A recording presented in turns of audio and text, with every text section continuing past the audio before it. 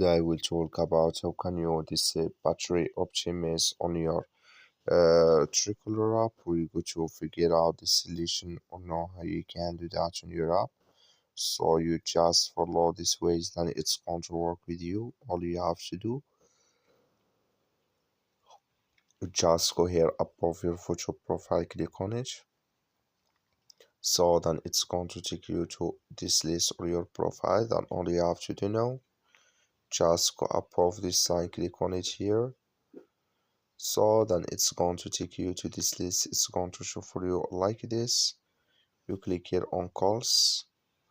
So then you come to this list. You come here to this battery optimizations here. Just click on it. You click here on allow. So then automatically it's going to enable with you on your Truecaller app. That's all you have to do. That's all. Thank you for watching.